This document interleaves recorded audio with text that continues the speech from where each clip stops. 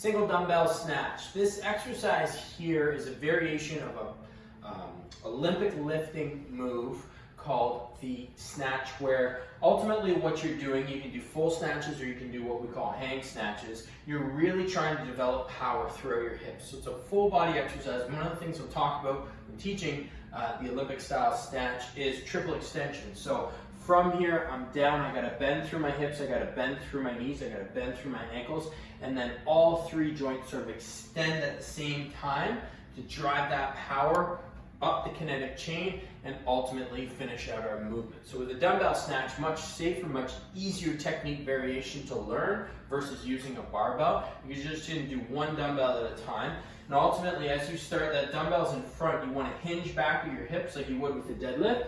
You keep that dumbbell close to your knees, and then from here, you pop it up and drive it overhead. In terms of arm path and what's happening, ideally you keep that arm as close to you as possible. So it's a little bit of an upright row, and then a flick of the wrist, and you kind of catch it at the top. So our dumbbell snatch is gonna look, I'll show you from a side angle view and a front angle view. Hinge forward, drive up, that's one.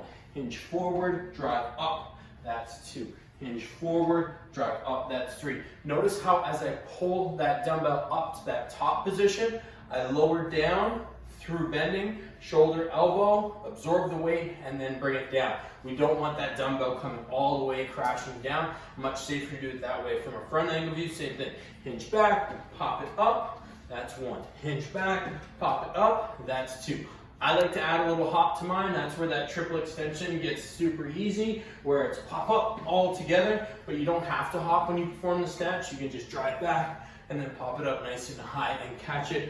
Ultimately, with the weight, you're not going to use something overly heavy. You want to move the weight at a relatively quick speed, be able to control it the entire time, and just focus on those few technique tips. So hinge down, bend forward, lower back straight, drive through with the glutes, get that high pull, and then pop that wrist, flick it at the top, lower down, controlled, and repeat.